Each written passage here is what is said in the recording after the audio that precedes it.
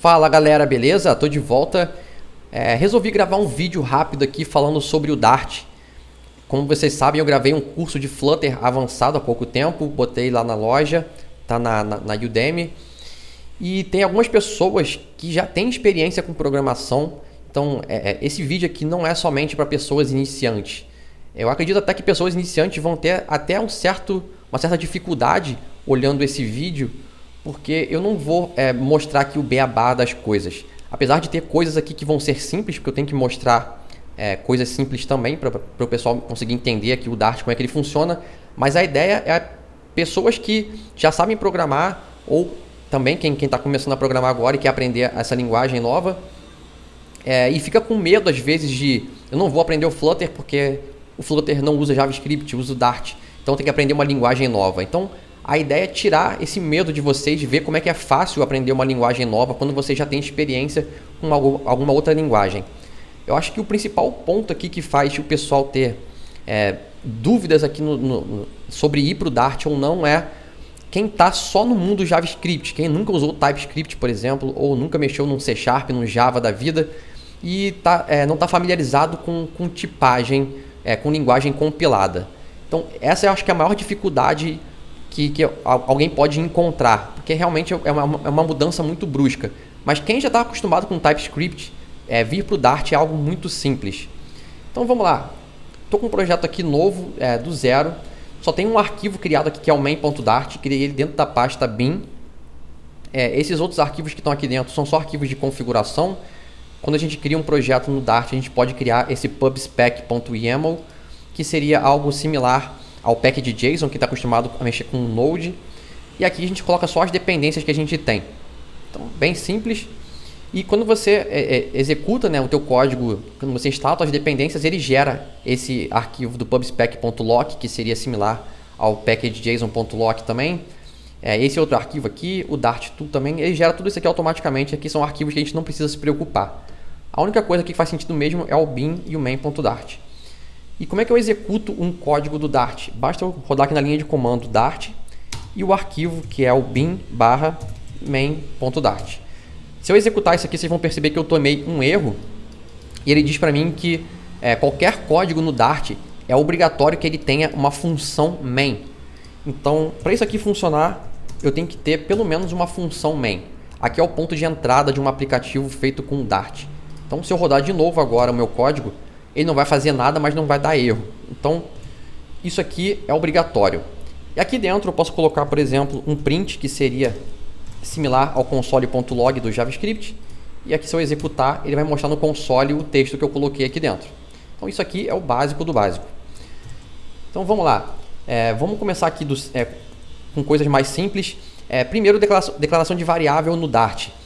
Tem algumas formas diferentes de você declarar. Então, se você, por exemplo, não sabe ainda inicialmente qual o valor da sua variável, você precisa declarar ela passando o tipo.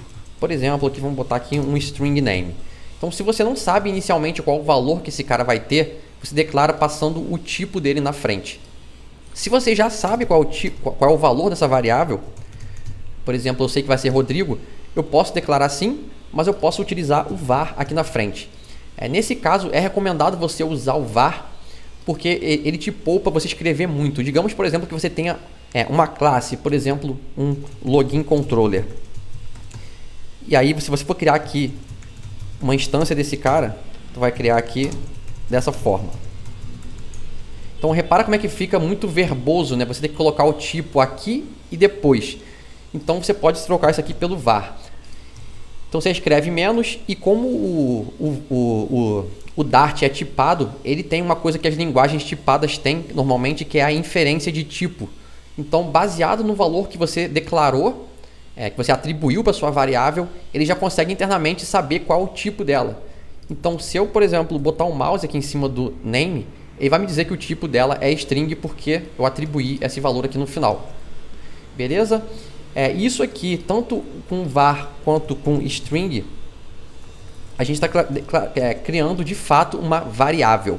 Se você quer que isso aqui se torne uma constante, você usa o final na frente. Então, colocando o final, essa variável não pode ser reatribuída. Então, essa aqui é a diferença de você usar o final ou não. E quando você utiliza o final, você também não precisa colocar o string aqui, porque ele vai ter aqui a inferência de tipo, então não precisa. Então você pode fazer assim dessa forma, fica mais simples. E é basicamente isso. Aqui a gente já tem um exemplo de uma função. E vocês podem perceber que na função main, a gente não colocou explicitamente aqui qual o tipo de retorno dessa função. Aqui no Dart, quando eu quero dizer que essa função vai retornar alguma coisa, antes da função a gente coloca o tipo. Então aqui o main deveria ser void main. Void é quando a gente não quer retornar nada aqui no Dart. Uma função que não tem retorno. Por que ele funciona se eu não colocar o void também?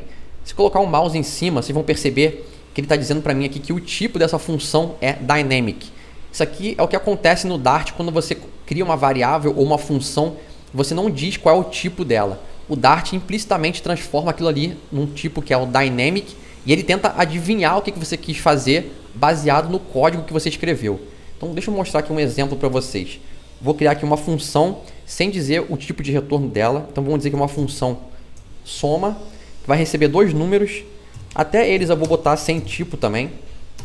E essa função aqui vai retornar o N1 mais o N2. Então bem simples, uma função de soma. Aqui no meu código eu vou botar aqui, por exemplo, um var N recebe a soma de 1,2. Então vou botar aqui o print do N. E se eu executar o meu código, ele tem que me retornar aqui 3. Então beleza, está aqui o 3. E vocês percebem que ele funcionou mesmo sem eu dizer que o N1 é um inteiro, que o N2 é um inteiro, que a soma vai retornar um inteiro. Então olha aqui a declaração da função como é que fica. Fica tudo com dynamic. O que acontece quando você usa o dynamic? Por exemplo, aqui, se eu botar explicitamente que a minha função vai retornar um inteiro, quando eu uso aqui o N, ele sabe que ele é um inteiro porque eu coloquei aqui em cima. Então se eu usar aqui o N ponto, eu tenho acesso a todas as funções que um inteiro tem. Então vamos pegar aqui, por exemplo, o isEven, que é para dizer se o número é par. Se eu executar esse código aqui, ele deve me retornar false, porque o 3 é ímpar. Beleza, está aqui false. Se eu tirar esse int aqui da frente, voltou a ser dynamic. Isso aqui continua funcionando, mas qual o problema que eu tenho? O meu compilador não vai me ajudar quando eu quiser usar esse isEven. Por exemplo, se eu apagar isso aqui e der um ponto, eu não tenho aqui o isEven. Então o que pode acontecer? Eu posso errar e digitar aqui, por exemplo, isEvent. O que vai acontecer? Eu não vou ter um erro de compilação, porque como ele é dynamic, o Dart diz, ok, eu confio em você, você sabe o que está fazendo, escreve aqui a função que você acha que esse N vai ter. Eu não sei o que ele é, então vou aceitar qualquer coisa. E aí, se eu rodar esse código, a gente vai ter um crash, porque não existe isEvent para um inteiro. E aqui na hora que ele executar o código, ele vai saber que o N é um inteiro. Então, se eu botar aqui, voltar aqui o sum e botar o int na frente, a gente vai ter um erro de compilação, não um erro de execução. Então, essa aqui que é a grande vantagem de você dizer explicitamente quais são os tipos que você está trabalhando. Não deixa o Dart ficar adivinhando para você, senão você perde a ajuda do IntelliSense, você perde a ajuda do compilador do Dart.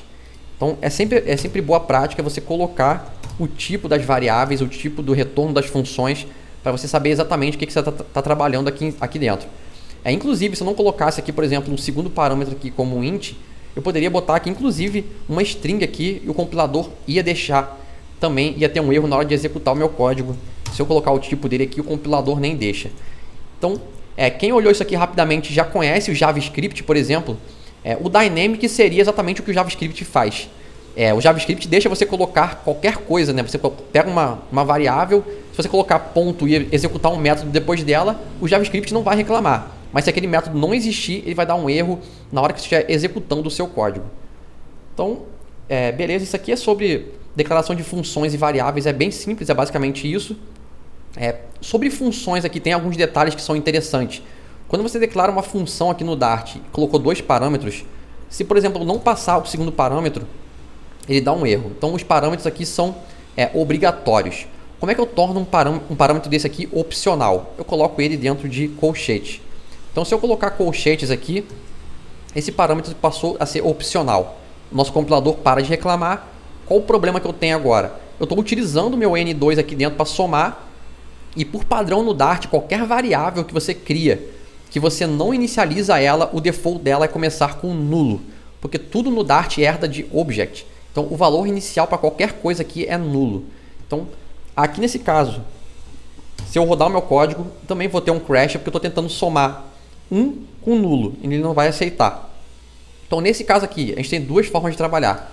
Ou a gente coloca aqui o N2 e usa aqui o operador, que são duas interrogações. Então se ele for nulo, usa 5, por exemplo. Então estou usando um valor aqui default caso o N2 não exista. E aí eu posso novamente aqui executar o meu código.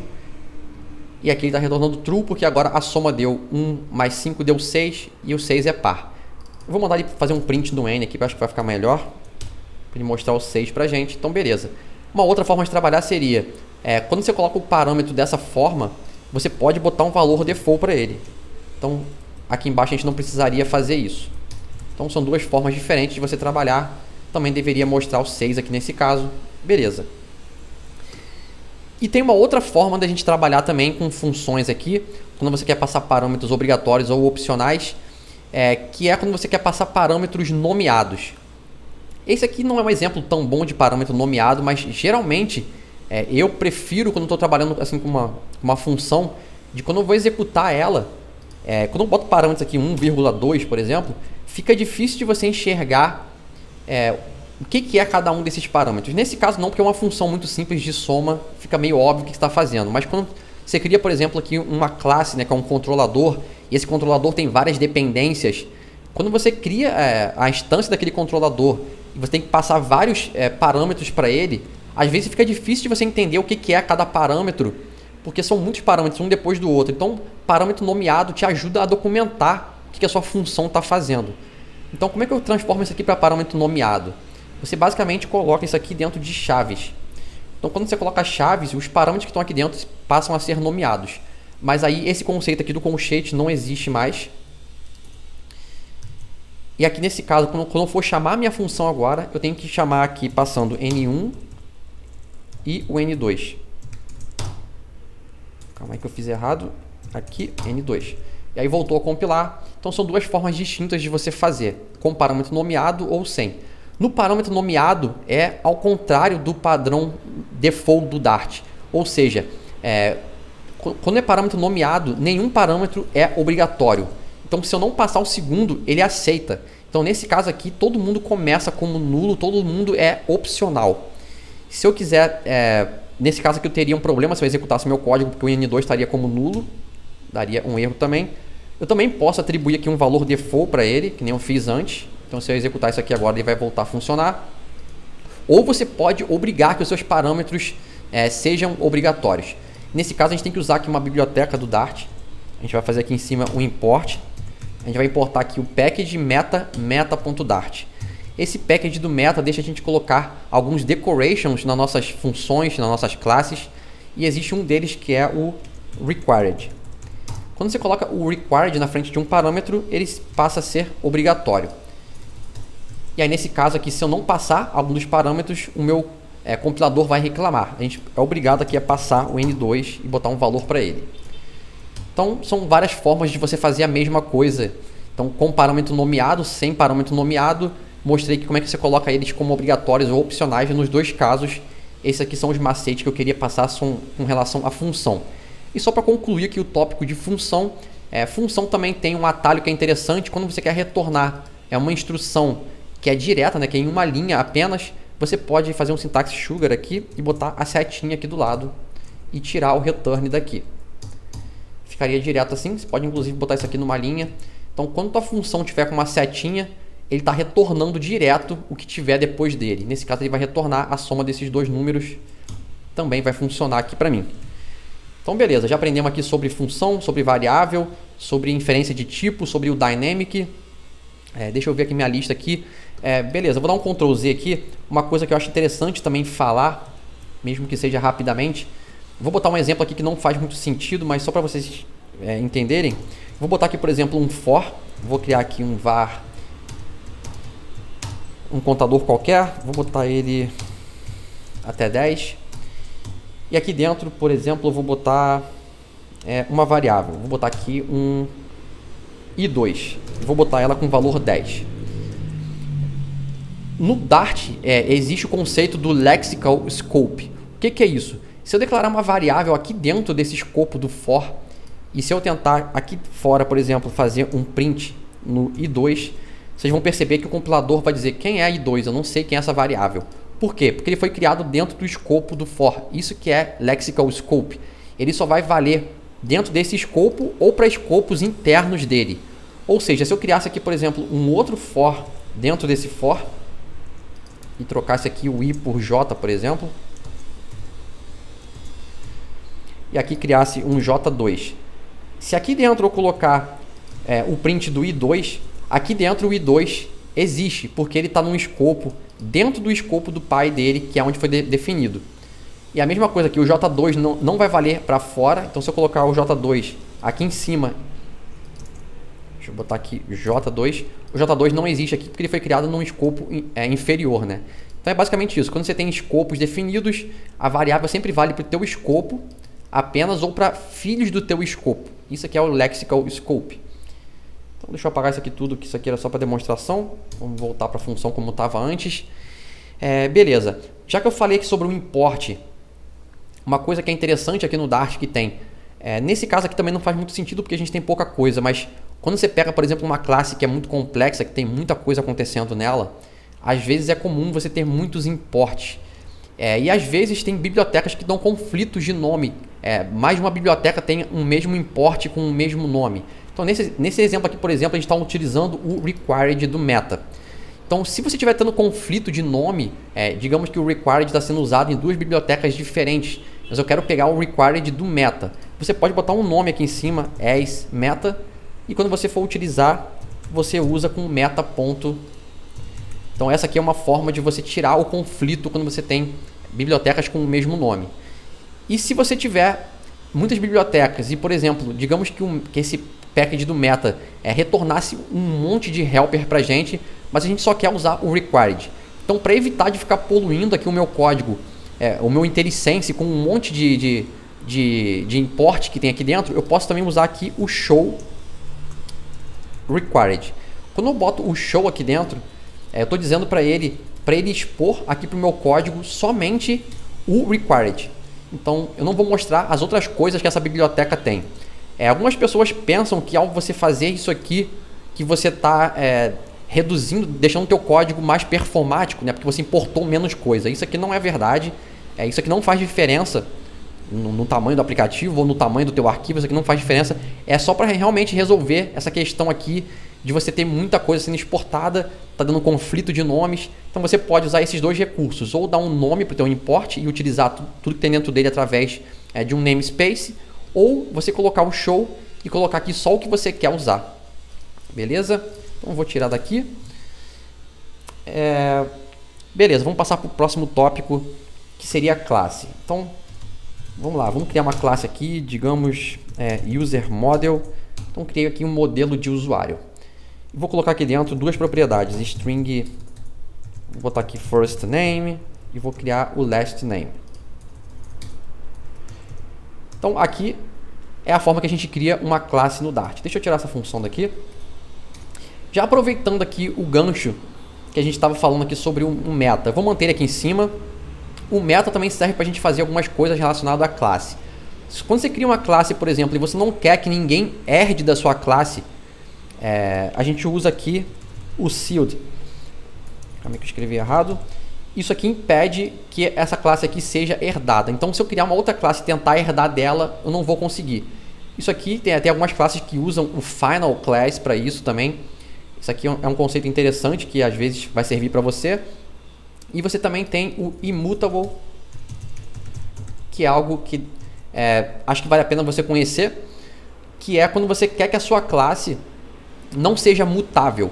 Então, quando você cria aqui uma classe com parâmetros dentro dela, com variáveis dentro dela, eu não quero que esses valores sejam alterados depois que eu criar uma instância dessa classe. Eu quero criar aqui um novo user, atribuir o valor inicial para eles aqui do first name e do last name. Depois que eu atribuir essa classe, depois que eu criei a instância dele, eu não quero poder alterar esses valores. Então a gente marca ele como immutable para isso aqui não acontecer.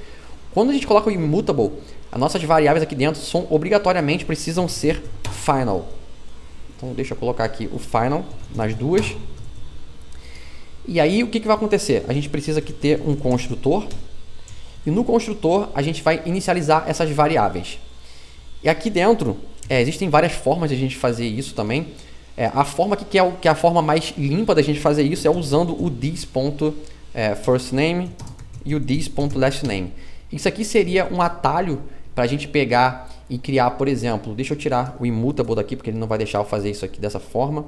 Se eu criasse isso aqui sem final, por exemplo, criasse aqui o meu construtor padrão, e aqui dentro eu atribuísse o this.firstName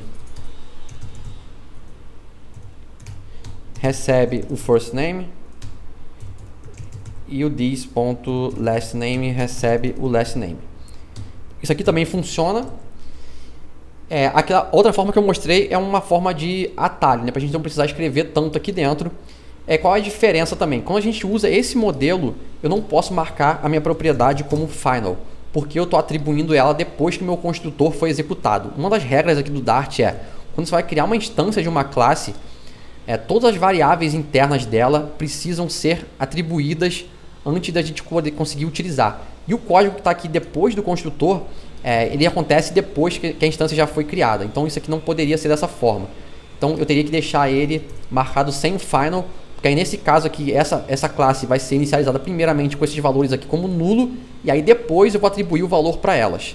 Então se eu não quero que isso aqui seja mutável, quero que ele seja um final, a gente não pode usar dessa forma. E aí eu teria que voltar para a forma que estava antes, que é atribuindo diretamente com esse atalho, que é até uma boa prática. É recomendável usar isso aqui. Ok, o que mais que eu posso falar aqui em classe sobre o construtor? Isso aqui é o construtor padrão do Dart. A gente pode também ter construtores nomeados.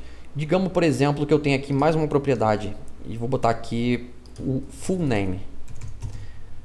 Então, digamos, por exemplo, que o fullName é um campo computado. Eu não quero atribuir ele aqui nos meus parâmetros. O que eu posso fazer?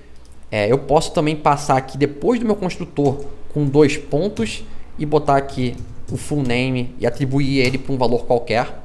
Isso aqui ele aceita. Eu fazendo isso aqui é como se o fullName fizesse parte da construção do meu construtor, né? Ele não é um código que vai ser executado depois. Inclusive eu posso botar as chavezinhas aqui depois do construtor e fazer um código aqui dentro. Mas lembrando, isso aqui que está dentro das chaves vai ser executado depois que o objeto já foi construído. Isso aqui não, isso aqui ainda faz parte do construtor. Então é assim que a gente usa para atribuir um valor computado. Então digamos aqui dentro que eu quero colocar a junção do primeiro nome com o segundo nome. Então a gente pode usar aqui um string interpolation do Dart, e botar aqui o $, e usar a variável aqui dentro do firstName, espaço $lastName. Então com isso aqui eu vou gerar uma nova instância dessa classe e o fullName não precisa ser passado no construtor. Ele vai construir ele dinamicamente através de valores internos ou fazer um cálculo qualquer aqui, tanto faz. Então essa aqui é uma forma de usar um construtor do Dart. Digamos, por exemplo, que a gente pegou esse user model veio de uma API. Deixa eu apagar esse import do meta aqui em cima. E a gente recebeu uma resposta com um JSON com esses dados e a gente quer converter esse JSON para cá. Então eu posso criar aqui, por exemplo, um userModel.fromJSON. E aqui eu vou receber, aqui no Dart, o JSON a gente trata como se fosse um map. Eu vou falar depois aqui sobre o map, dar um exemplo um pouco melhor, mas é basicamente chave-valor. Então no map a gente pode definir explicitamente aqui o tipo dos valores dele, dizer que ele vai ser string, por exemplo, que é o nosso caso aqui, ou deixar ele também só um map e deixar ficar ele dinâmico. Nesse caso aqui não é tão problemático assim. E aqui a gente poderia botar aqui, o nome dele é JSON. Então, ou seja, a gente recebeu, ao invés de a gente receber esses parâmetros que a gente tem aqui normalmente, a gente tem um objeto para construir o nosso objeto através dele. Então a gente recebeu um map. E eu quero gerar uma instância através desse map. O que a gente pode fazer aqui? Primeiro a gente pode pegar aqui e chamar internamente o construtor que já existe, que é o this, que vai ser esse daqui de cima, e passar para ele o primeiro nome e o segundo nome. Então nesse caso aqui seria o JSON, e aqui a gente teria dentro dele, por exemplo, um firstName, e o segundo parâmetro seria o JSON com o lastName. Então aqui são os valores que veriam da nossa API, por exemplo. Ou seja, eu peguei um construtor que vai receber um valor num formato diferente. E internamente eu estou chamando o meu outro construtor para construir com esses valores que vieram daqui. Eu posso fazer assim, ou posso utilizar esse recurso que a gente utilizou aqui em cima também. Então nesse caso aqui, bem, eu não vou apagar tudo aqui para não escrever demais, mas eu poderia botar aqui, por exemplo, esses 2 pontos aqui para baixo, e botaria aqui, por exemplo, o first name recebe isso aqui, vírgula, e botar aqui o last name recebe isso aqui. Ele também aceitaria, só que nesse caso aqui ele vai reclamar por quê? Porque eu tenho que popular todas as variáveis da minha classe no construtor. Quando eu fiz isso aqui, eu não populei o full name. Então eu teria que copiar essa última linha aqui também e botar isso aqui. Deixa eu ver o que ele está reclamando aqui. Aqui na verdade seria com o JSON, né? Então aqui seria... Bem, foi até bom isso aqui acontecer, porque nesse caso aqui, como eu vou usar o JSON, deixa eu copiar isso aqui tudo. Eu quero popular o primeiro cara aqui com o JSON first name.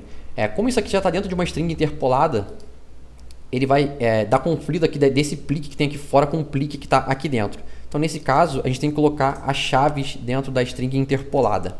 Então quando você tem que fazer algum cálculo aqui dentro, ou tem esse tipo de conflito, você tem esse recurso também para resolver. Botar o dólar e as chaves. Só é recomendado você usar a chave quando você precisa mesmo. E aqui no segundo seria o last name. Então a mesma coisa aqui, dólar, e dentro de chaves, isso aqui. E aí ele vai voltar a funcionar porque eu populei todos os campos. Então nesse caso aqui seria realmente melhor a gente fazer o que a gente fez antes, que seria chamar o construtor anterior, para a gente não ter que repetir esse código que já foi feito aqui em cima. E existe uma terceira forma da gente usar o construtor no Dart também, que seria o Factory Constructor. Deixa eu deixar isso aqui. E vamos botar aqui embaixo o terceiro. Vamos botar aqui um Factory User Model. E eu vou botar aqui from JSON string, por exemplo, só para ficar um pouco diferente. E digamos que eu vou receber aqui uma string com um JSON. E aí esse Factory tem que me retornar também um User Model. Só que dessa vez, ao invés de eu receber aqui um map pronto, digamos que eu recebi uma string com um JSON dentro dela.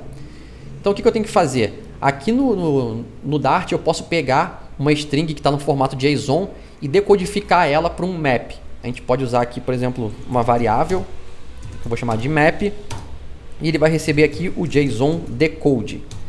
O JSON decode eu passo uma string para ela, e isso aqui vai me retornar um map.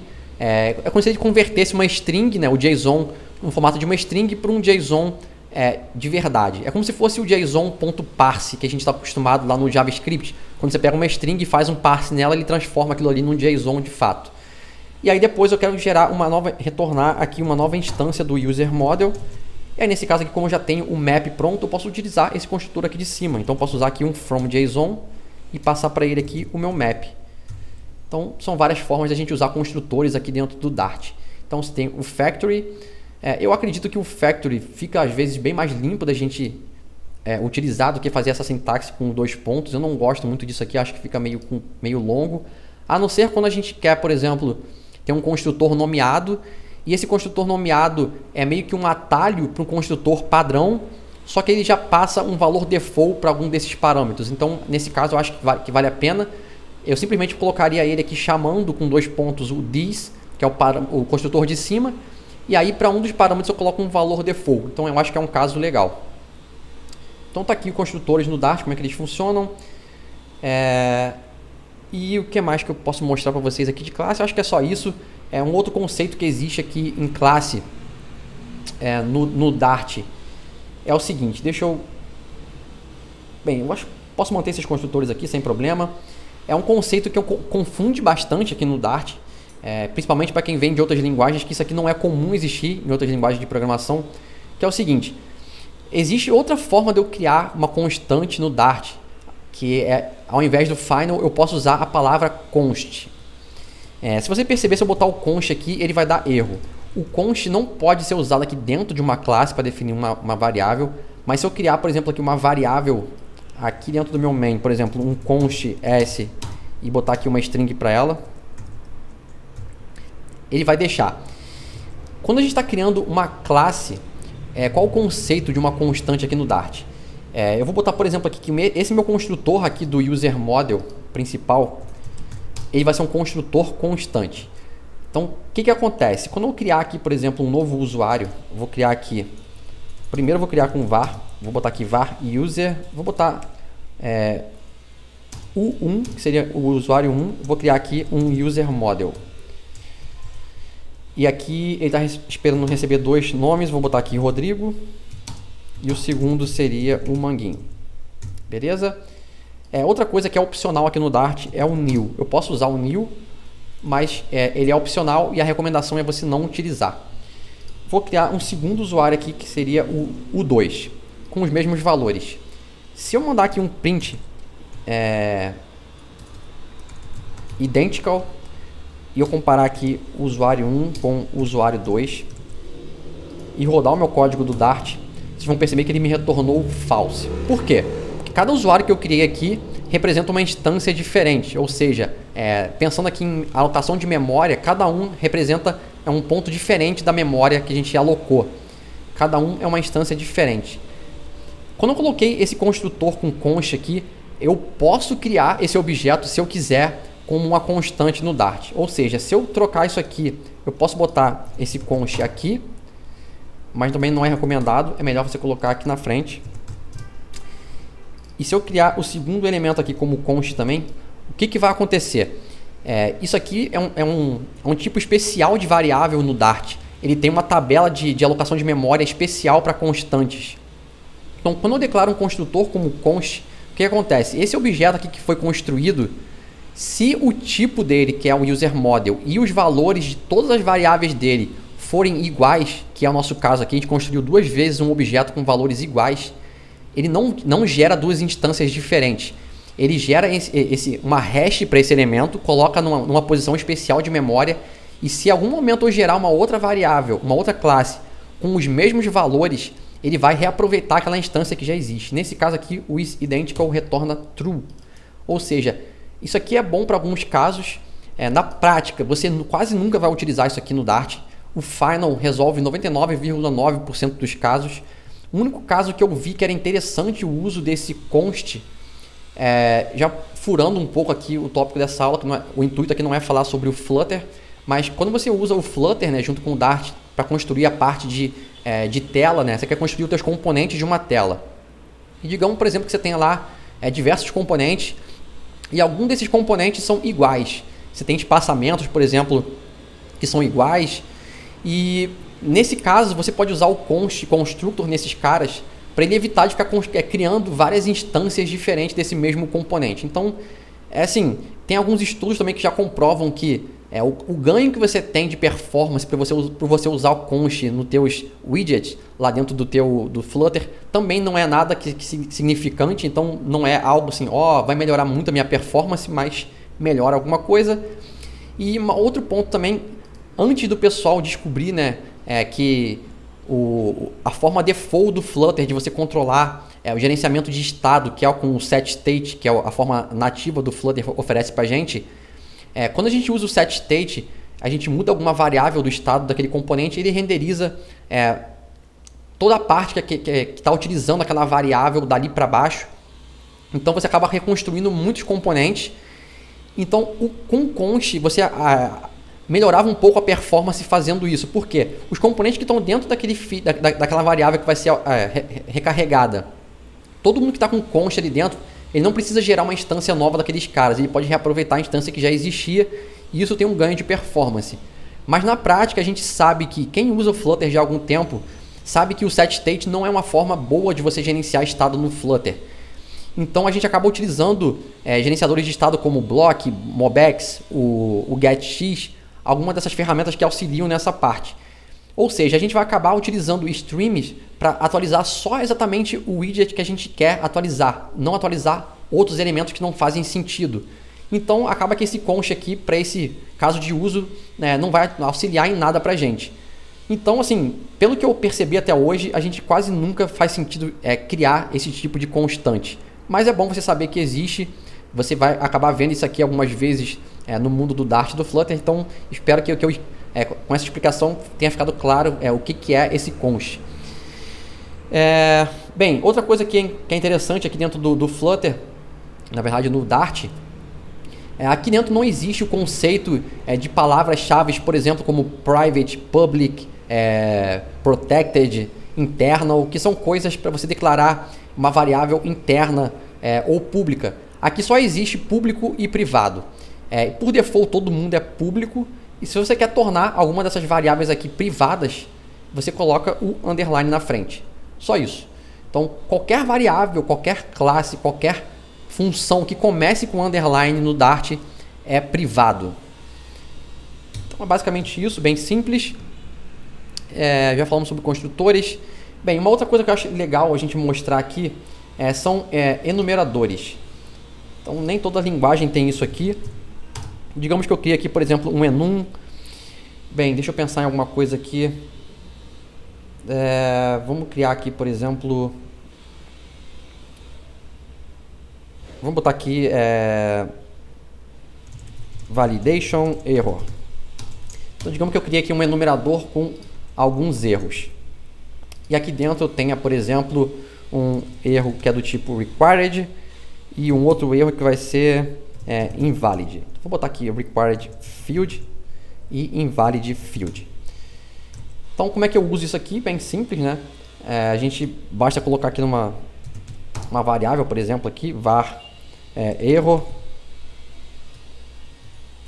recebe o validation error.invalid field.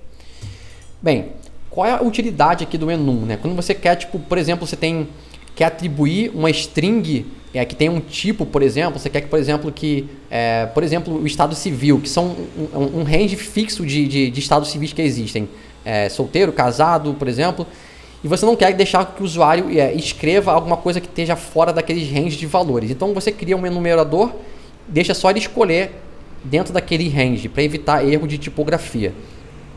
E aí você pode fazer um switch case nesse cara aqui. E uma coisa que é interessante, dá para fazer aqui com os enumeradores, dá para fazer também com qualquer classe aqui no Dart, é o seguinte: digamos, por exemplo, que eu queira, na minha camada de UI, quando eu receber um erro do tipo required field, eu quero mostrar um erro para o usuário com a mensagem na tela. Para eu não ter que ficar fazendo isso aqui toda vez que eu retornar um erro do tipo required field, então retorna a string e tal, eu posso atribuir uma string para esse valor como? Eu posso usar aqui extensão de classes que existe no Dart. Eu posso criar aqui um extension e criar aqui um validation error extension. E aqui a gente vai fazer uma extensão no validation error. Quando eu faço isso aqui, eu posso adicionar coisas em uma classe, adicionar coisas num enumerador. Então, o que eu posso fazer aqui dentro? Eu posso criar aqui, por exemplo, um getter, que é outra coisa que eu acabei não falando aqui, que eu posso criar getter e setter também. E aqui no get, eu posso criar, por exemplo, aqui um description. E esse getter vai me retornar alguma coisa. Então, lembrando aqui que a setinha, ele retorna direto o que vier aqui depois. Então, se eu botasse aqui uma string, isso aqui vai me retornar uma string. Então, o que eu posso fazer aqui dentro? Eu posso usar isso aqui. E aqui dentro, eu posso fazer também dessa forma, assim. E aqui dentro eu posso fazer um switch case. Um switch em cima do próprio this, que seria o elemento aqui, que seria o enumerador, e botar aqui, se ele for um validation error.required field, nesse caso aqui a gente vai dar um return campo obrigatório. E depois eu posso ter o outro case aqui que seria para o invalid field, e botar aqui campo inválido. Nesse caso aqui, como a gente está fazendo um switch case, o switch case e qualquer coisa no Dart pode retornar nulo, nesse caso aqui seria bom a gente colocar um caso default. Então, digamos, por exemplo, aqui que o campo... Você pode botar aqui que o default vai ser o campo inválido nesse caso, ou botar aqui que o default vai retornar, sei lá, um erro genérico aqui qualquer. E faltou botar o return aqui na frente. Então... O que é legal nisso aqui? A gente pode estender qualquer classe no Dart, mesmo classes que não são nossas. Então, digamos, por exemplo, aqui que você tenha uma classe, aquela classe que fazia soma que a gente colocou, aquela função.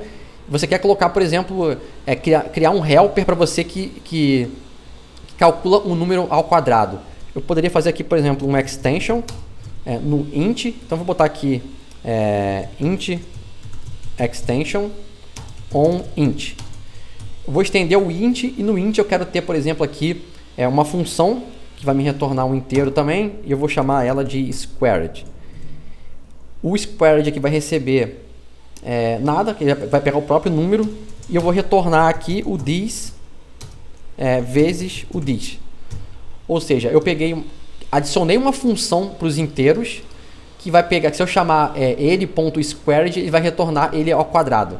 Então, se eu criasse aqui, por exemplo, aqui embaixo, um var, não precisa nem ser o var, pode ser um print direto, print, e aqui eu botar, por exemplo, o 4 ponto, e se eu botar aqui o squared, agora esse método existe porque eu estendi o int. Então, isso aqui é um recurso bem legal que existe no Dart, e a gente pode utilizar nesse caso aqui de cima, para estender o enumerador e colocar descrição para cada um deles. Isso aqui é um caso de uso bem legal também. Bem, acho que eu falei basicamente sobre tudo que eu acho interessante aqui. O que mais que faltou aqui, só para complementar. Mais uma vez, é óbvio que isso aqui não é tudo que o Dart faz, tá, gente? A ideia aqui não é ficar mostrando o beabá de tudo, é só mostrar aqui, dar o caminho das pedras, né? Eu acho que com isso aqui que vocês aprendendo, vocês conseguem se virar muito bem no Dart. Depois é só correr atrás dos detalhezinhos específicos de cada coisa. Só para vocês verem que o Dart é muito parecido com o JavaScript em muitos cenários, é muito parecido com o TypeScript em algumas coisas também. Então não precisa ter medo de aprender uma linguagem nova, não precisa ter medo de ir para o Flutter por causa do Dart. Então vamos lá, deixa eu ver se eu consigo dar um Ctrl Z para voltar aquela minha classe que estava aqui antes do User Model.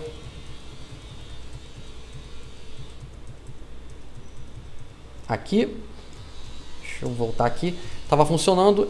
Vamos lá, só para finalizar, uma coisa que também é importante, que é uma coisa que a gente usa muito aqui no Dart, que seria o conceito de programação assíncrona. Então, digamos, por exemplo, aqui que eu tenho um método, sei lá, save, para salvar o usuário de alguma certa forma. E esse save aqui vai fazer uma operação que vai no banco de dados, é alguma coisa que é assíncrono. Como é que a gente define assíncrono no Dart? Então, primeiro, ele não vai retornar nada esse método, vai só salvar alguma coisa e ponto. Mas eu quero, quando eu for chamar esse método, eu quero ter que esperar. Então, quando esse método aqui é assíncrono, ele vai retornar aqui no Dart um future. O future seria algo similar à promise do JavaScript. Como é que a gente faz isso aqui? Quando isso aqui é future, a gente vai colocar aqui, marcar ele como async. E aqui dentro, como eu não vou fazer de fato nenhuma operação assíncrona, eu vou só simular aqui com await future.delayed. Isso aqui seria para eu gerar um wait no meu código, um delay. E aqui dentro eu vou botar uma duração, vou criar aqui um duration de 2 segundos. Beleza? Então o meu código vai aguardar esses 2 segundos antes de passar para a próxima execução. Então digamos, por exemplo, aqui que eu coloquei aqui, criei esses 2 usuários, fiz esse print aqui do identical. E depois eu posso botar, por exemplo, mandar aqui fazer um outro print. Dessa vez eu vou pegar aqui e mandar ele printar, sei lá, usuário 1.fullname. Só que antes de eu fazer esse print aqui, eu vou pegar o usuário 1.save, vou chamar ele, e eu quero chamar ele com await para aguardar isso aqui executar antes de eu dar esse print aqui. Então ele tem que esperar aqui 2 segundos antes de mostrar esse print. Como esse método agora é assíncrono, eu vou marcar ele também aqui como future void, já que ele não tem retorno, e botar o async nele. Beleza? Vou limpar aqui embaixo, vou rodar de novo. Marco aqui true e 2 segundos depois ele mostrou o Rodrigo Manguinho. Então, isso aqui seria uma das formas da gente mostrar código de forma assíncrona. A outra forma também é muito parecido com o que o JavaScript faz. No save, eu posso usar aqui, tirar o await daqui e usar o save.then e é como se estivesse executando a minha promise depois. Como ele não tem valor nenhum aqui, eu posso botar um underline para ignorar esse valor e eu posso passar esse print aqui para dentro. De qualquer forma aqui, ele deveria aguardar os 2 segundos antes de executar. Então aqui está o true e 2 segundos depois ele mostrou o Rodrigo Manguinho. Então, geralmente é melhor a gente usar aqui o async e o await, fica menos verboso, assim como no JavaScript a gente faz.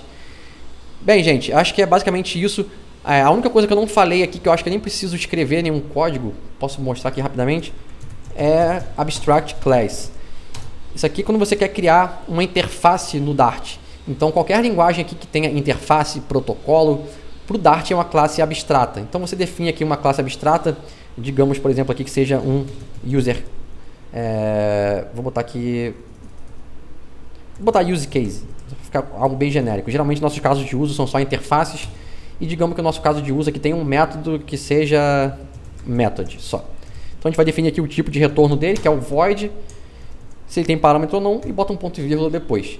Ou seja, aqui na nossa interface, entre aspas, que é a nossa classe abstrata, a gente só define os métodos, e quem implementar essa classe abstrata aqui vai ter que implementar esses métodos todos. Então, é algo bem simples, mas que vale a pena vocês saberem que não existe interface no Dart. Um dos recursos que é legal na classe abstrata você pode usar a classe abstrata tanto para herança quanto para implementação. Então você pode também colocar aqui dentro um valor default para esse método. Você pode fazer com código aqui dentro qualquer. E nesse caso, se você, ao invés de implementar o teu caso de uso, você estender dele, você ganha esse método de brinde. Se você implementar ele, você tem que, de qualquer forma, sobrescrever esse método aqui, fazer um override nele e colocar a implementação que você quer. Então ele tem uns poderes a mais, por ser classe abstrata, mas na prática a gente acaba utilizando ele mais como interface mesmo. Bem, eu acho que com isso aqui vocês já estão prontos assim, para começarem a programar em Flutter com o Dart. São as coisas mais importantes que eu percebi que a gente precisa saber. Com isso aqui você consegue se virar e depois aprender detalhes específicos de uma coisinha ou outra conforme você for utilizando. Talvez uma coisa que eu não falei aqui que seja importante mostrar, talvez de forma bem rápida, como criar uma lista aqui também, mas é algo também que é bem fácil. Então vamos lá, vou apagar isso aqui tudo, só para finalizar. Eu vou tirar aqui esse feature void daqui. E vamos criar aqui uma lista para vocês verem como é que é. Então vou criar aqui como um list. Eu posso dizer que qual é o tipo dele, digamos que seja uma lista de inteiro. Vou botar o nome aqui como list mesmo. E você cria ele aqui sim. E aqui dentro eu posso botar vários números. Como ele tem o type inference, eu posso não colocar um list int aqui e botar o var. Mesmo colocando var, se eu colocar o mouse em cima, ele sabe que é uma lista de inteiros por causa do tipo de inferência. Se eu quiser criar um set, eu posso criar só passando as chaves em volta. Se botar o mouse em cima, ele criou um set de inteiro. Então, para quem não sabe o que é um set, o set é igual a uma lista, só que ele é uma lista um pouco mais compacta. Ele é menos pesado do que uma lista. Ele é uma lista que não tem ordenação. Então, quando você precisa de um array que não é ordenado, o set é bom. E o set não pode ter elementos duplicados. Se eu criar aqui, por exemplo, um set e botar mais um elemento que é o 3, ele vai até reclamar para a gente aqui, mas se na prática eu adicionasse aqui mais um elemento de forma dinâmica com um elemento que já existe aqui dentro, ele não adiciona dentro do meu set. Ele não pode ter elementos duplicados. No list pode. Então essa aqui é a diferença básica do list para o set.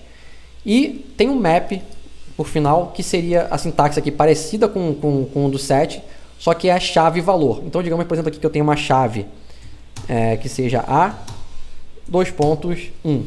Depois eu vou ter aqui um B, 2.2. E por fim aqui o C, 2.3. Que é exatamente o que é um JSON, né? Então chave valor. Então ele já reconheceu aqui que é um map. Inclusive ele já reconheceu qual é o tipo dele, né? Internamente a chave é uma string e o tipo é um inteiro. Se eu tivesse aqui, por exemplo, um tipo, o valor aqui misturado, né, com números e strings, como eu não disse explicitamente qual o tipo desse map, ele bota aqui como um object no final. Então o objeto pode ser qualquer coisa também. E é basicamente isso, galera. Acho que com isso aqui você já consegue se virar para qualquer coisa no Dart. Espero que eu tenha conseguido ajudar vocês aqui, quem está na dúvida de ir para o Flutter por causa do Dart. Espero que esses vídeos aqui ajudem vocês aqui a tomarem essa decisão e verem que não é nenhum bicho papão, não é nenhum bicho de 7 cabeças. Beleza? Então, até o próximo vídeo, galera. Fui!